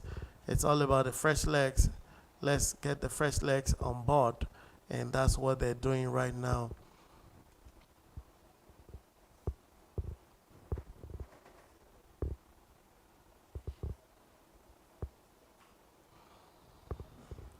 So we'll take a look at other matches going on in the EFL as well as other centers. Newcastle is really showing superiority here. They are showing themselves. They are actually puffing up their shoulders like those of a cockroach. Newcastle has 3 goals already scored, put in the back of the net against Bradford City, while Bradford City has replied once. Bradford City 1, Newcastle 3. And also, Manchester City is still leading that encounter against Huddersfield by 2-0 now. Savinho is the match that scored at the 74th minute. Remember, Foden scored 1 at the 18th minute of the game. Now Savinho has added another one. The game is now at the 79th minute. About 12th minute, 12 minutes to the end of it.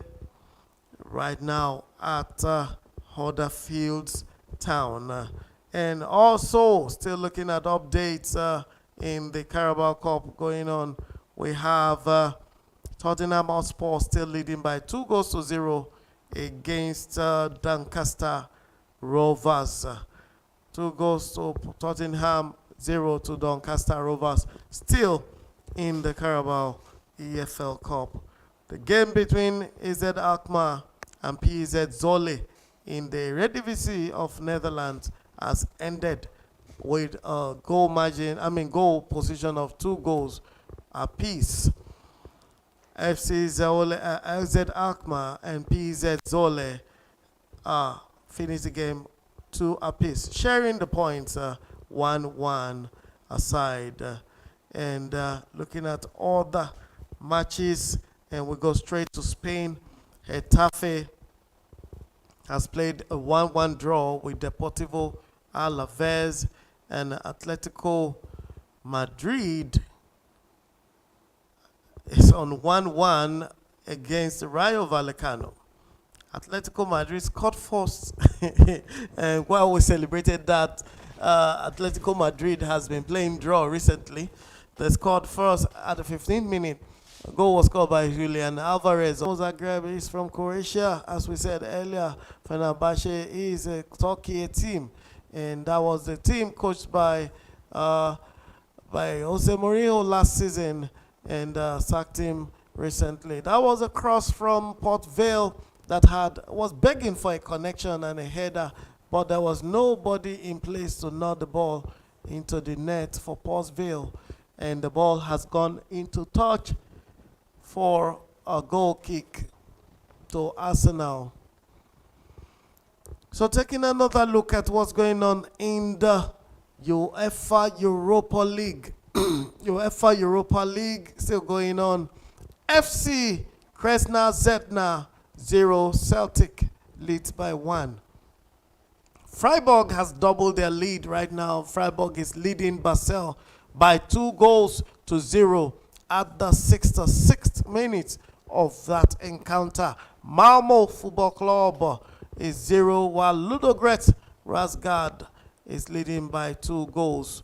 Right now, Nice of France is suffering 0-2 to AS Roma.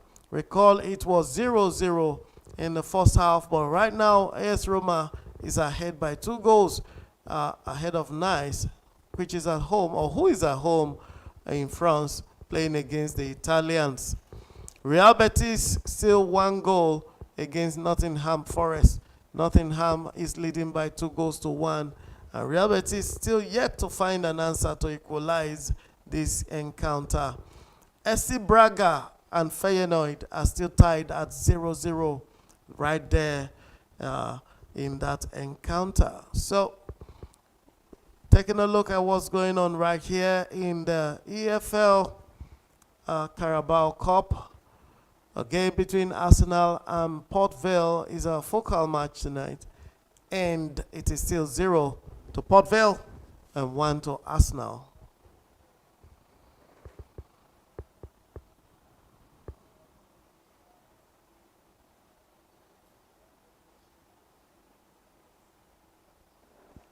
So we'll take a look at what's going on in the National League in England.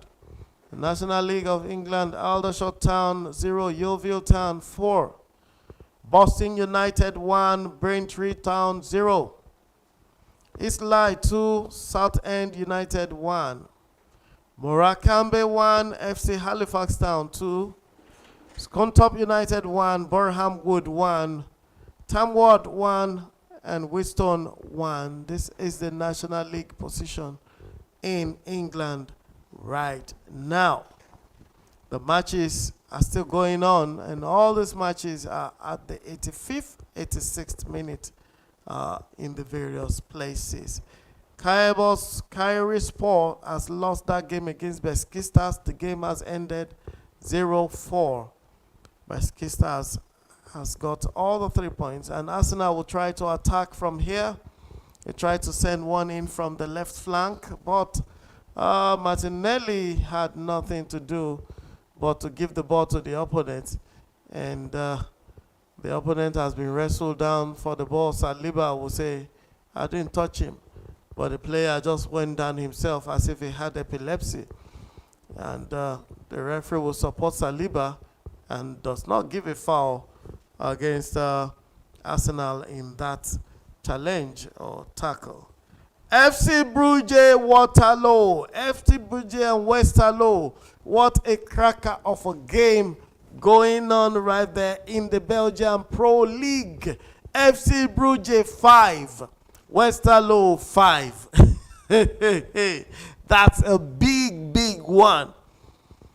That's a big one. 10-goal cracker. And this is not like a second or third tier league. This is their pro league.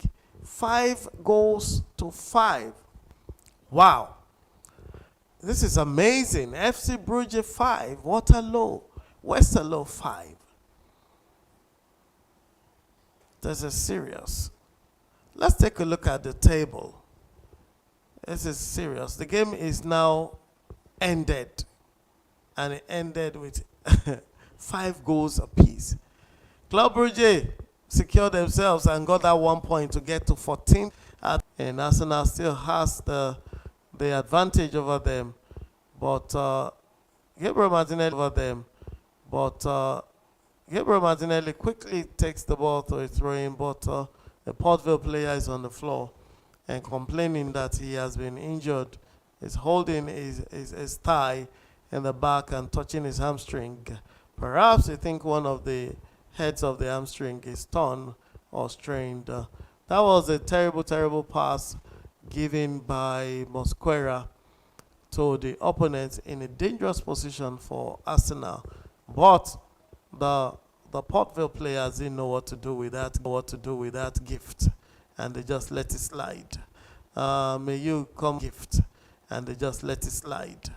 May you come and give Barcelona that kind of gift, and watch how Lewandowski, or give it to Real Madrid, to Kylian Mbappe or Vinicius Junior, and watch what they will do with that kind of ball. Perhaps leave it for Gyökeres, and let's see what he will do with such kind of chances. And the game is still in play here. Arsenal still maintains the lead as the 75th position. The game has only 15 minutes left to the regulation time.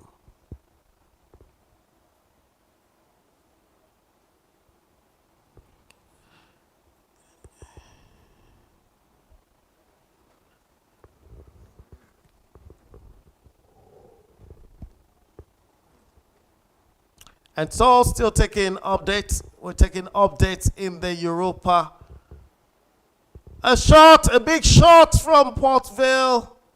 That was just whiskers above the goalpost. Just like 2 centimeters above the crossbar. Very, very close. Beautiful shots from Portsville. Keeper Azuzi Balaga saw it coming. He stretched his hand up, but his hand couldn't get to the ball. It was just a few centimeters above the crossbar. And that was a good warning from Portsville. They're making a statement here. They're telling us now that we're not here to just watch you play. We're also in it. We want to win this and possibly live like Alice in Wonderland or enjoy like Cinderella and get the magic working for them. Any which way, let's see how it goes. They're not giving up. They're still marking and pressing Arsenal hard, high up there in Arsenal defense. And Mosquera with the ball, a little bit confused, I will say. Mosquera has made a very, very big blunder tonight. Perhaps the players of Port Vale are marking him to make sure that he makes another mistake. And there's been an update in the okay, there's an update right here. Newcastle has scored 4 goals against Bradford City. Newcastle 4, Bradford City 1. Also in the Carabao Cup going on right now in the England. In Tottenham Hotspur is still 2 goals ahead of Doncaster Rovers. Doncaster is 0, while Tottenham has 2. And the collision happened there between 2 Arsenal players in the midfield. I guess these boys actually don't even see themselves anymore. Some of them need to see the opticians or ophthalmologists tonight, possibly get glasses to support their costs so they don't keep knocking into themselves. Perhaps the color of their clothes is too dark and they couldn't see their way. Manchester City is still 2 goals ahead of Huddersfield. That game has got to the 92nd minute. Martinelli has a chance now. What will he do? He takes a blunder of a shot. Oh, that's not Martinelli. That's Gyökeres. Gyökeres has been introduced into this game. I think Arsenal wants to make a statement. Gyökeres has just been given a big chance to score. And he blows it away by hitting it. The defender was quick enough to defend it. But I think the blame was on Martinelli for not taking the shot earlier. He delayed. Oh, that was Doman. No, that was Gyökeres. Doman created the pass. Gyökeres took the shot. And it went against the defender's feet. It's going to be a corner kick in favor of Arsenal. A Port Vale player is on the floor getting medical attention.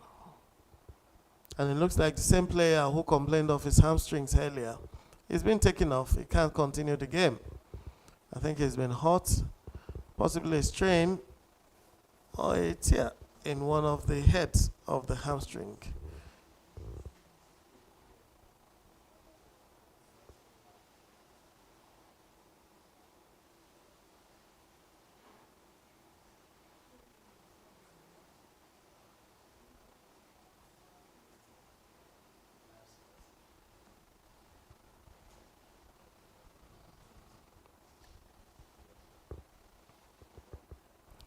The game between Parma and Spezia, I think we've already announced that, ended 2-2, and Parma went through. And Como 1907 scored the 3rd goal already against Sassuolo. The game time is now 75 minutes for that encounter in the Coppa Italia preliminary round. Como 1907, once again, is a game being coached and managed by Cesc Fabregas, and they have scored 3 against Sassuolo. They lead that encounter by 3-0, and the game should end in another 15 minutes.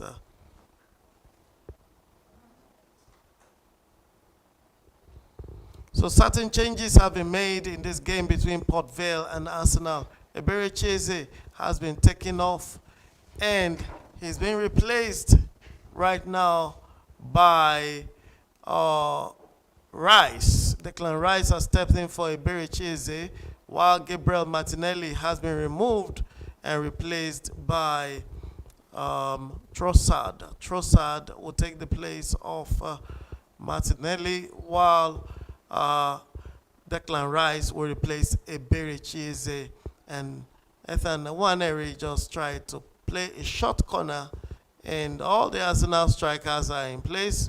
Teta is trying to get a goal and secure a comfortable lead here to give them some comfort. The game is now at the 82nd minute. In the dying embers of this game, we have about 10 to 13 minutes to play, and Arsenal needs to secure a second goal or continue to give their supporters a lot of heartache and rising blood pressure. And Arteta doesn't want that. I think his own will have spiked right now. His heart rate will possibly be around 120 beats per minute. And he doesn't want that passed on to the management of Arsenal, as well as all the ultras and the supporters of Arsenal. So he has put in all his strong legs. Hyokora is in front. Trossard to support him. And he has also brought in Declan Rice, the Rice man, who cooked terribly for Real Madrid last season. He cooked for them on 2 occasions, scoring two free kicks at home and defeating Real Madrid home and away, which was unprecedented at the quarterfinals of the Champions League last season. That was a beautiful performance. One of the performances of Declan Rice that will go into his record as the best of his performances. 2 free kicks scored in just one game in that encounter. So can Declan Rice score a free kick in this game? Why don't you predict? Put your comment in the comment section for us. Let's see if you believe Rice can make it happen. We saw how Szoboszlai scored that free kick against Arsenal that secured the win for them against Arsenal versus Liverpool in the second encounter of the league. And that actually pushed Arsenal way below Liverpool by 5 points. That game was lost 3 points, and Arsenal, yes, drew one more game to drop 5 points below the league leaders, Liverpool. And Liverpool FC is comfortably sitting in a very, very steady position, having won all the games they played so far. 5 games played, 15 points, and they're not relenting at all. That is also similar to what Real Madrid is doing in Spain. They have played 6 games and they have got 18 points, maximum 100% points. As it is, Barcelona, following them, will have to win their match to come close to 2 points of them in the next encounter, which will be taking place tomorrow. Barcelona should be playing tomorrow against Real Oviedo. Real Oviedo is a just promoted team into the La Liga, and Barca will be facing them in that cracker tomorrow.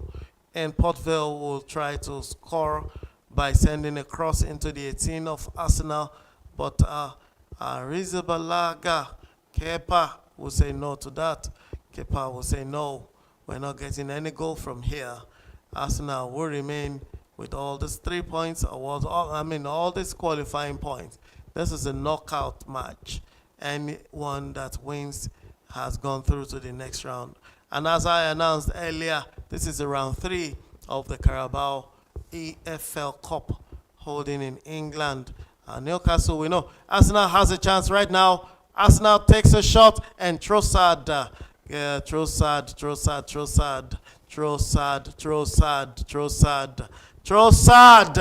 has just got the second one. Double the lead of Arsenal, and now Arteta can return to his bench.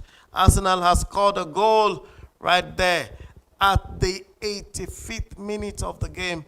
Now 86th minute of the game.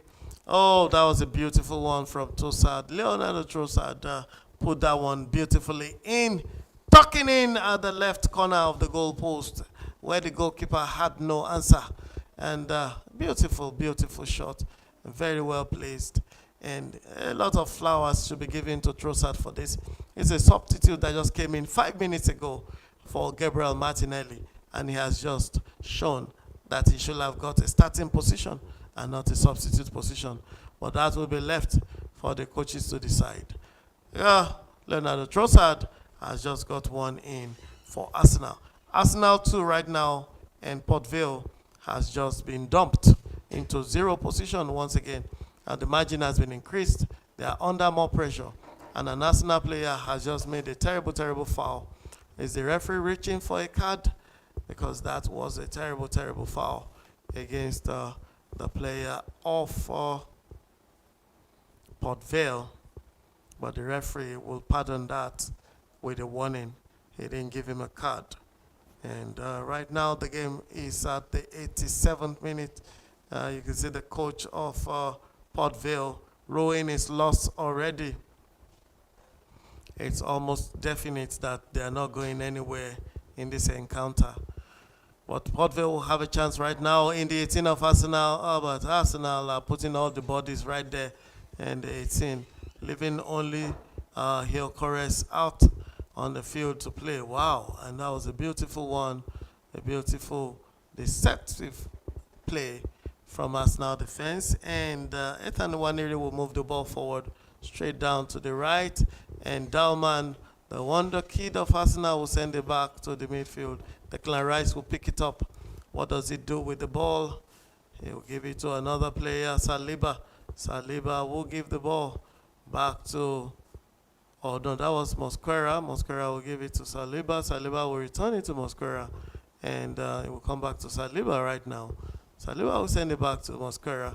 Mosquera will see the ball and send it to Lewis Kelly. Lewis Kelly will return the ball to the midfield. Ethan Nwaneri is there to pick it up. I think Ethan Nwaneri has been very resourceful in this game. He has been fantastic in his gameplay. And Dalman will send the ball back to the midfield. And what do they do with it? And Arsenal will try to move forward. And the ball comes to Trossard. Trossard will send it back to the midfield. What will Rice do with the ball? Cook? No, he doesn't want to cook. He wants to pass the ball. Rice will send the ball back to Saliba in the defense line. And who will send the ball to Ben White? What will White do with the ball? Give it back to Saliba. Saliba will send it straight up to Mosquera. Mosquera will move the ball quickly, move it up front. And Trossard will send the longest one to Yelkores. Yelkores in the 18-yard. Yelkores will try to take a shot, but the defender was quick enough to put it into touch for a goal. A corner kick to Arsenal. That was a good one. That was a beautiful, insightful pass there, breaking all the defenses from that winger, Leo Trossard. But Gyökeres couldn't get to it because the defender of Port Vale was on hand to take the ball out into touch. And Arsenal will have a chance from the corner, and Declan Rice will step up for that corner kick. And what will Arsenal do with it? Game time is now 89 minutes plus.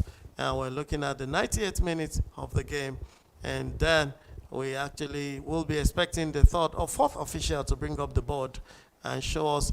Arsenal has a chance. A corner kick has been taken. The defense of Port Vale will send the ball out. And Arsenal will try and regroup. Send the longish one back to the goalkeeper in the half. Kepa Arrizabalaga will pick the ball and send it back to Ben White. Saliba will give it ball to Dalman.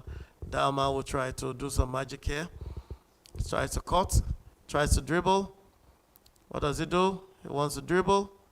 He still holds on to the ball. I think it's a delay tactics, just trying to keep possession. The game is now at the regulation time is completed. We're now at the injury time of second half. Still waiting for the fourth official to show his board and let us know exactly how many minutes they are adding to this. Meanwhile, Arteta, Mikel is still on his feet. He's not sitting down here. Arteta is not going to rest until this game is concluded. Who has a chance to take a shot? Ethan Nwaneri sends the ball forward, and across a longish one will come into the 18-yard, and the goalkeeper will be there to push it out. And Arsenal will get a throw in a dangerous position for Port Vale. And the game is now at the 91st minute, going quickly into the 92nd minute. We're yet to be informed of the added time for this game.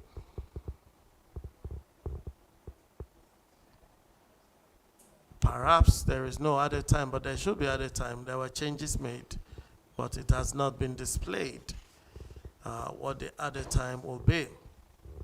Game is now at the 92nd minute.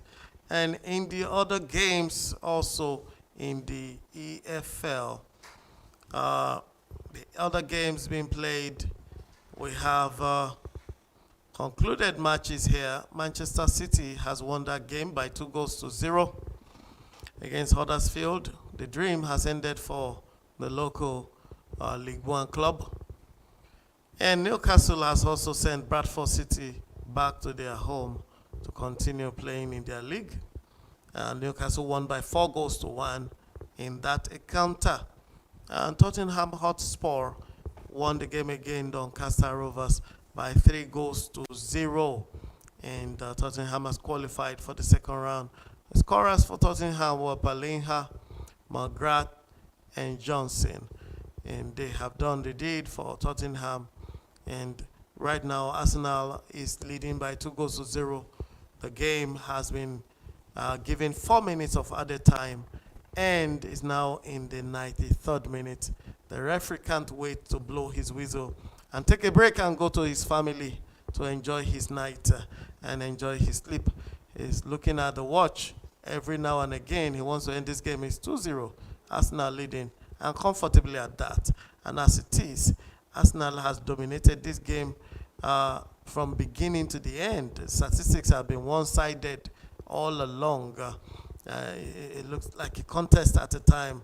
It looked like Port Vale had a chance at a time, but the chances were never converted.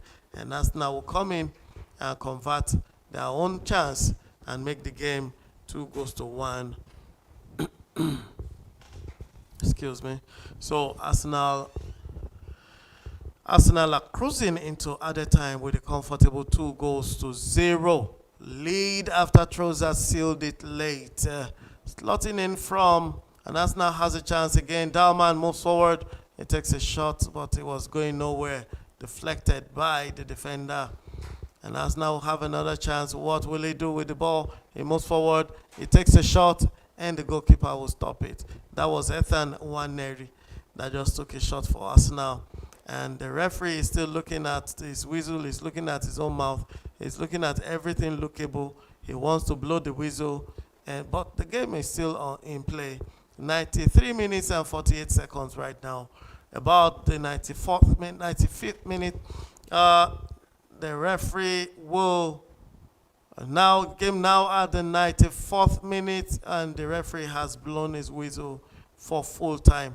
Arsenal has just cruised into the next round, the round 4 of the Carabao EPL, having sealed this game with a late goal by Trossard, which is slotting from a smart assist by Saliba.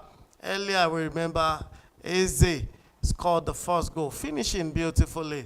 The visitors have totally dictated the tempo from the beginning to the end, bossing possession at a massive 80% against 20% of the opponents, and racking up 9 shots to 3 of the opponents, with 3 shots on target, and the 4th one has just gone on target, saved by the goalkeeper, and the game has now been ended as we go from here. That was a beautiful, beautiful game. Viewers and ladies and gentlemen, fans of football all over the world, that was a wrap for another cracker from the English League. And this was the English Football League, otherwise called the Carabao Cup. The encounters for today have just come to an end with the 4 big boys from the Premiership going through without a scat. They won clearly well, and it has been a wonderful time being here with you. My name again is Yinka Adebuyi, and we'll see you again on the next transmission. Keep in touch. Please press the subscribe button so that you can be in touch and can be aware of our next transmission day and next broadcast. from Premier Sports Fan Center and the crew behind the production, the director and the producers, want to say good night to you. Have a beautiful evening. Keep loving football and keep enjoying yourself. Bye from us.